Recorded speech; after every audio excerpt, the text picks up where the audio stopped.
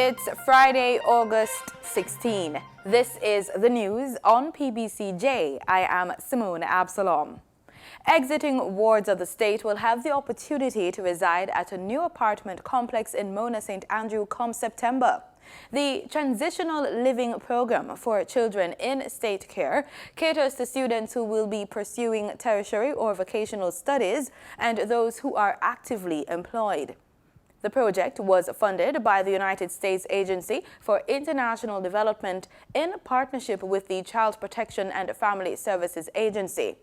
At the 2019 National Children's Summit held Thursday, Chief Executive Officer of the CPFSA, Rosalie Gage-Gray, said the new facility is a testament to the progress that has taken place since the last summit in 2017.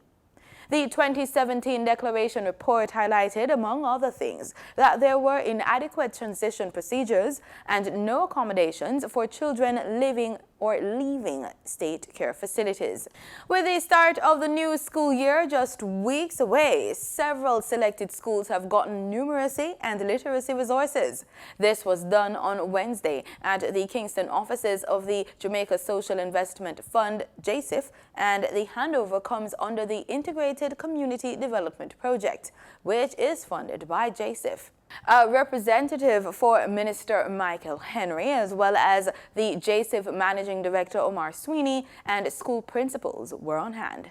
JSIF is one of the plums in his without portfolio that is near and dear to my minister.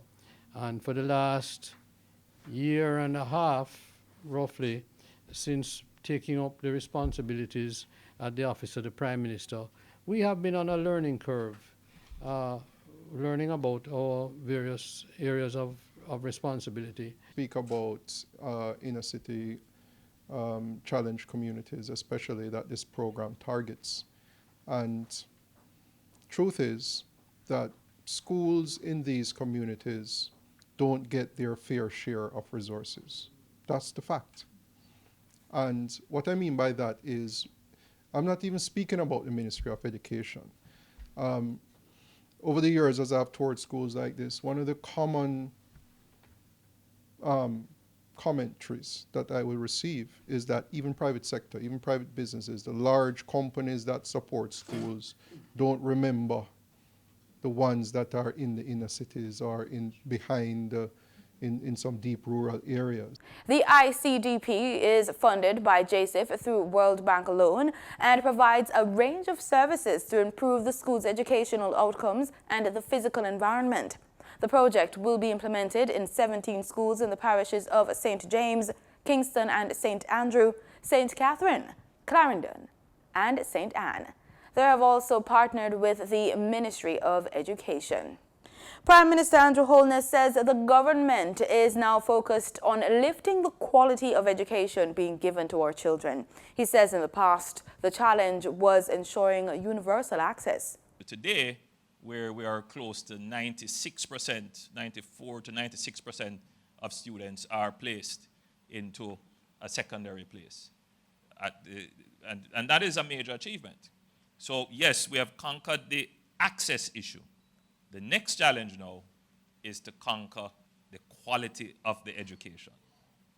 That is a real challenge. The Prime Minister says the transition from the Grade 6 Achievement Test, GSAT, to the Primary Exit Profile, PEP, was necessary. He says that's because PEP will help students to develop the skills that will prepare them better for the digital age. So the kind of Jamaican that we need the education system to be producing is one who can, first of all, communicate, and that is, in the information age, it is absolutely important. And communicate means that you have to be able to speak an officially recognized language.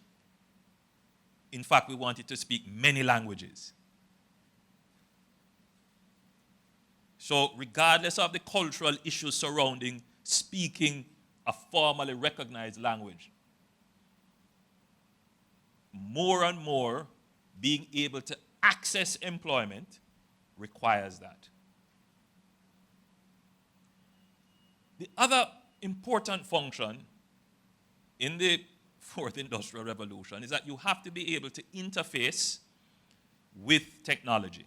So you have to be able not just to use your phone and gadgets, but you're going to be required more and more to interface with systems that are not primary humans. Mr. Holness was addressing the 2019 Primary Exit Profile PEP Awards function on Wednesday at the office of the Prime Minister in Kingston. Minister of Industry, Commerce, Agriculture and Fisheries, Audley Shaw, says Jamaicans can expect the import-export regulations for cannabis soon. Speaking Wednesday at the official opening of the Sensi Medical Cannabis House at the Pulse Center in New Kingston, Minister Shaw said work is being done on the draft of the regulations by the Cannabis Licensing Authority and other agencies of government. According to the minister, the new regulations will give the CLA jurisdiction or the statutory authority to handle requests for import, export of irreflorescence flower and extract or resin.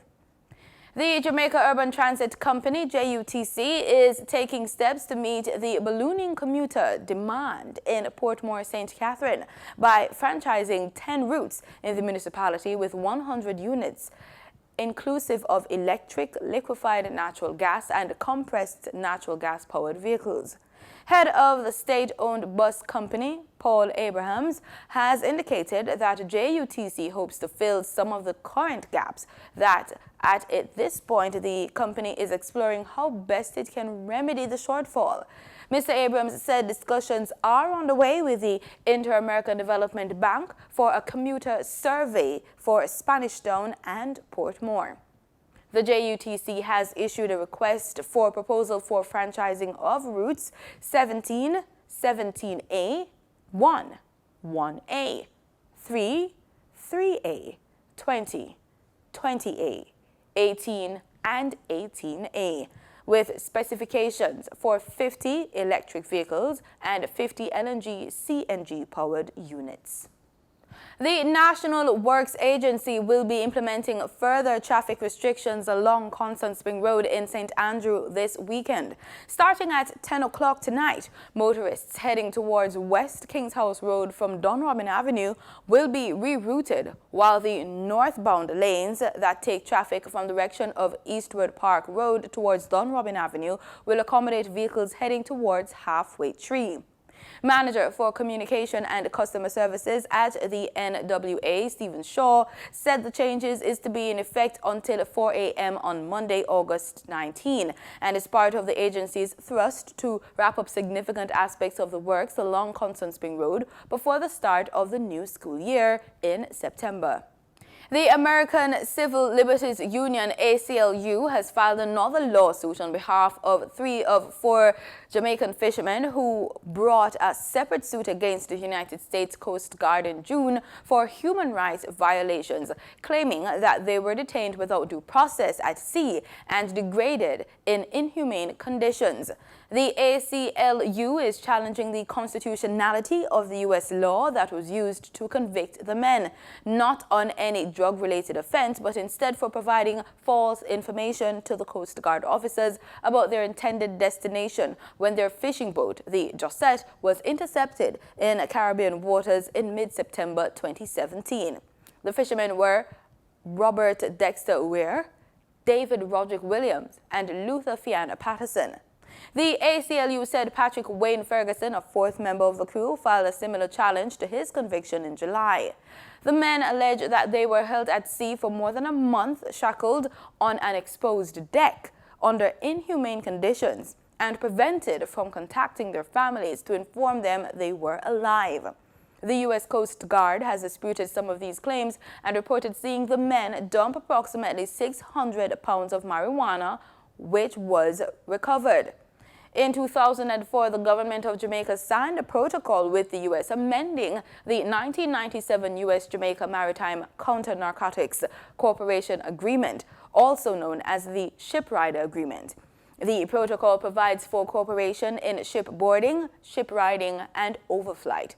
Since the reports of alleged human rights violation came to light in June, there have been suggestions locally that the agreement should be reviewed. President Donald Trump has nominated a law professor who previously worked as a prosecutor, defense attorney, and journalist in the United States to fill the nation's longest federal judiciary vacancy. Trump nominated Richard E. Myers on Wednesday to be a trial judge in the Eastern District of North Carolina. The state's two Republican senators recommended Myers for the job.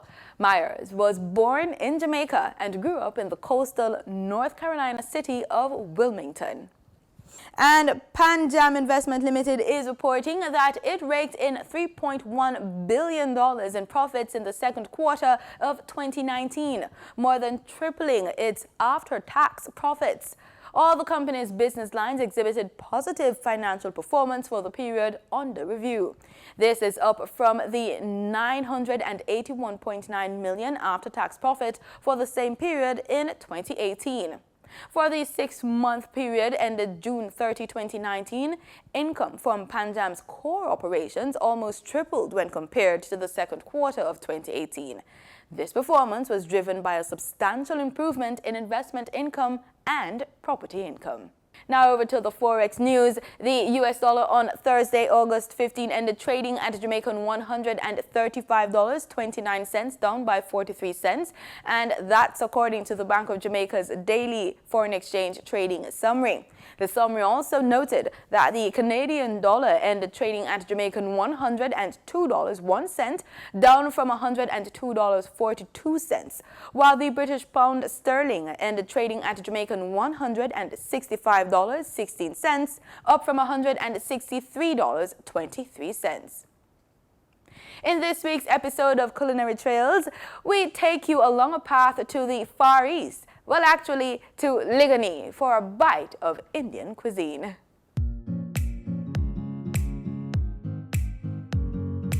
This week on Culinary Trails, we're in Orchid Village for a taste of Indian cuisine. Perfectly prepared meals, a timeless experience at Tamarind Indian Cuisine.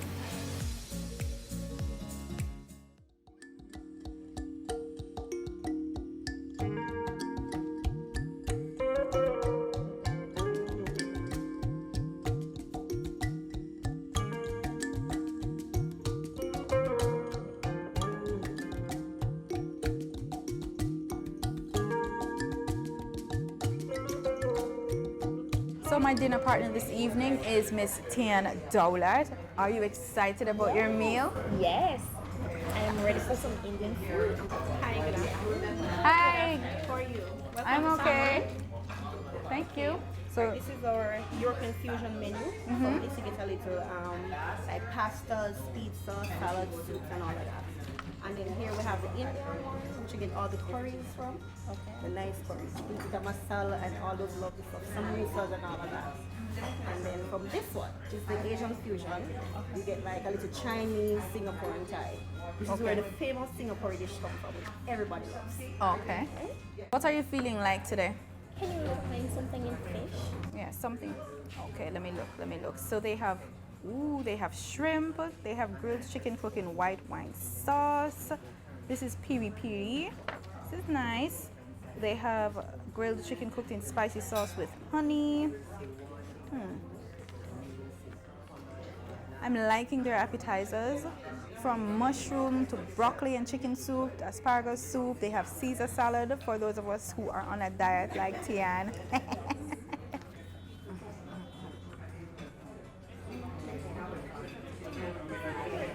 Yes, we are. So for appetizer, we're going to get a samosa and a small butter chicken. Then for entree, I'm going to get the methi malai chicken, and tea is going to be having the fish Singapore. And we also want a little bit of garlic naan and a bit of butter naan. All right. I'm sure you're gonna enjoy your meal. Of course, of course. What do you want to drink? Tea? What about some fruit punch? Ooh, I'd have some orange juice. Orange juice?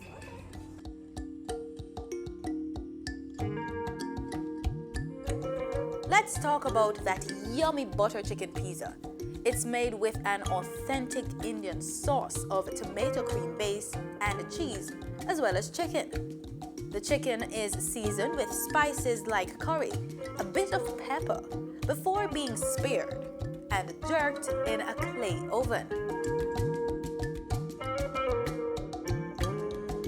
The dough is rolled, and the sauce, cheese, and chicken added before being placed in an oven. Here's your butter chicken pizza. Ooh, nice. Delicious. Delicious. Is it popular here at the restaurant? Very popular. Everybody loves this. All right. And then this is your samosas. Okay. And here we have the tamarind sauce. Tamarind and sauce, mango chutney. mango chutney. So the samosa, what's in the samosa? It's actually potatoes and green peas inside. Potatoes and green peas. So it's kind of healthy then. Very nice. Okay. It's very popular. These are two of the most popular dishes here. Okay. Appetizers. All right. You can have the pizza for main course, depends on how you feel. All right. All right, so I'll Thank- just let you go ahead and enjoy. All right. Thank you.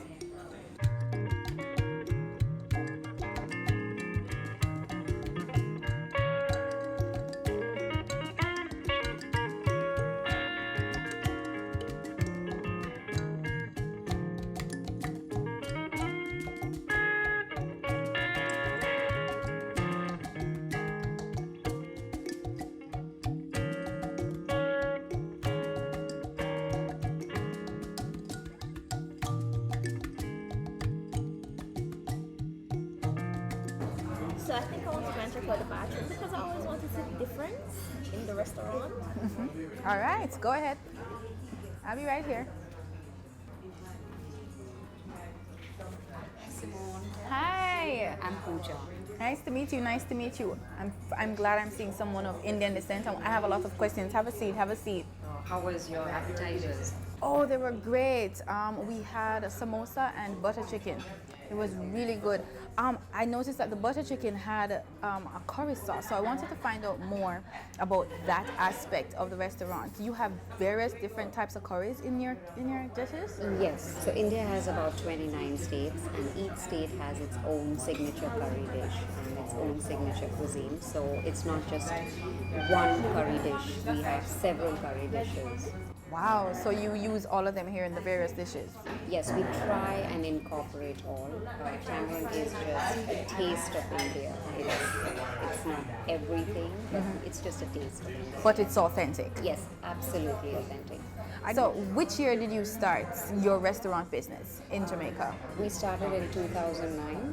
Oh, so you're 10 years down the line. Yes. What have you learned as a restaurateur? I know other restaurateurs are going to be watching this series. What have you learned as a restaurateur? I think it's very important to give your customers value for their money and good tasting food, of course. Well, we have three. We have Tamarind Indian, and next door is Tamarind Continental, and then we have Saffron in Marketplace. Well, it's really, really pretty here. Thank you so much for coming over to speak with me. Thank you. It was a pleasure to have you.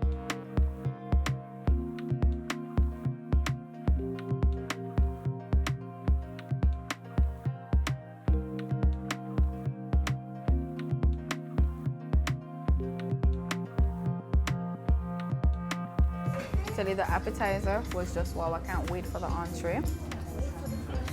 Ooh, yes. Oh, hi.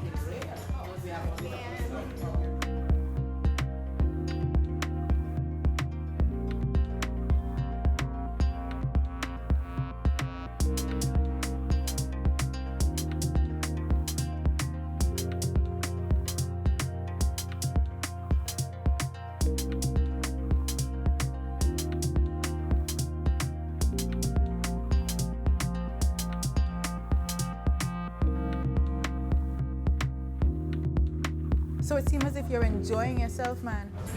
Yes, of course. The taste was extremely delicious. Really? So you're a curry kind of guy, you like curry? Definitely, definitely.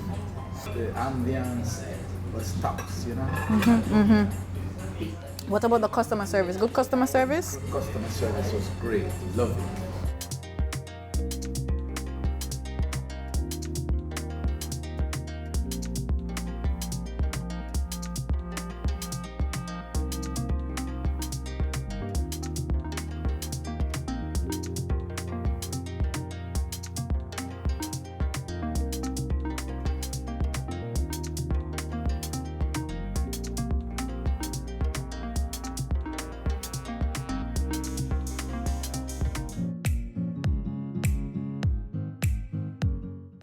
In regional news, what crisis? That's the response of Trinidad and Tobago's Prime Minister Dr. Keith Rowley in response to public opinion that his administration is in tatters after a senior member was slapped with corruption charges.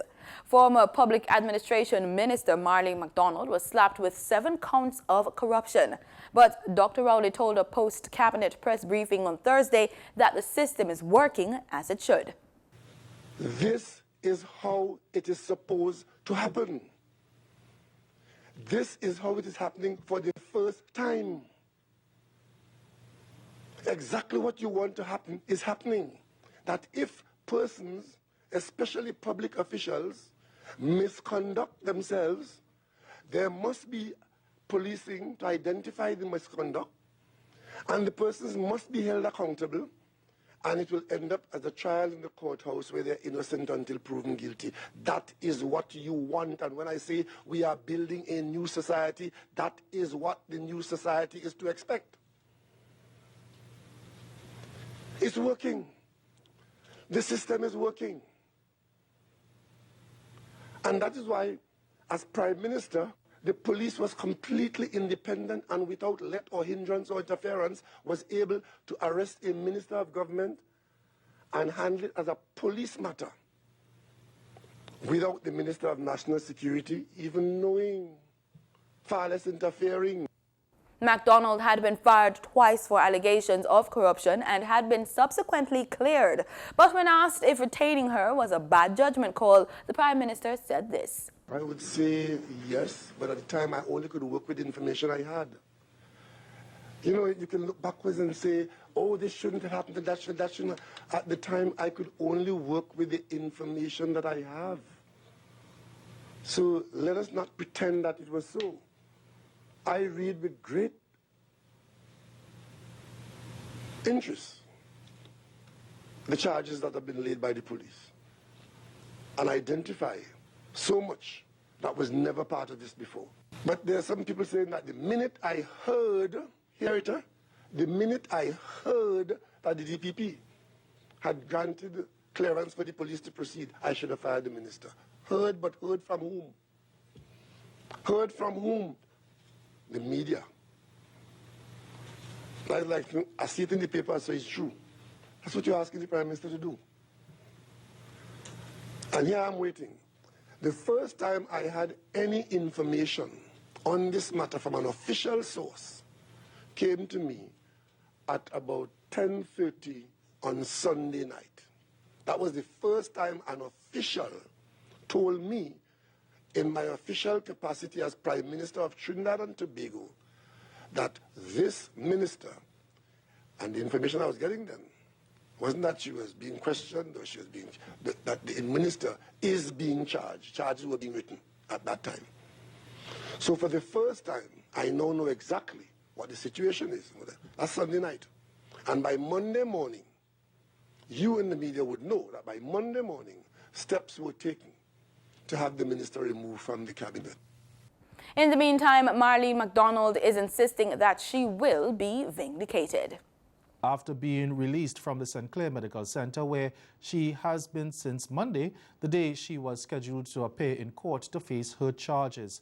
As she left the medical facility, the former minister told reporters that she was confident her name would be cleared. MacDonald was escorted by officers from the Court and Process Division to the Port of Spain Magistrates Court.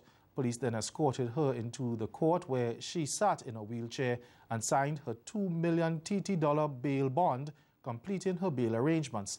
Bail had also been granted to McDonald's co-accused, her common-law husband, Michael Carew, former head of the National Commission for Self-Help, Edgar Zephyrin, and contractors Wayne Anthony and Victor McCurcrin. In sports, Jamaica's Athletics Administrative Association, the JAAA, on Thursday announced that sprint hurdler and former world champion Daniel Williams has been deemed eligible for selection to the Jamaica team to the 2019 IAAF World Championship to be held in Doha, Qatar next month. In a statement, the JAAA confirmed that after deliberation with international experts and a review of the selection policy, the association said that the fairest way to proceed is for the JAAA to make its selection decision based on the multiple criteria listed in published policy, although the specific case is not covered. The recent 100 meters finals at the national trials was marked by controversy, as Williams had been disqualified for a false start. However, she reinstated herself in the race, leading to a standoff with track officials. In a statement Thursday, the JAAA said, quote, "The 100 meters sprint hurdle race at the national championship had been ruled null and void, and Ms. Williams' disqualification could, therefore, not stand, given the fact that the race was never completed and has been declared null and void." End quote. The JAAA further said its final decision will be made on the closing date for entries to the World Championships on September 6. The association added that its main consideration was fairness to all athletes and compliance with both JAAA and IAAF rules. And that's the news on PBCJ. I'm Simone Absalom. Pleasant viewing.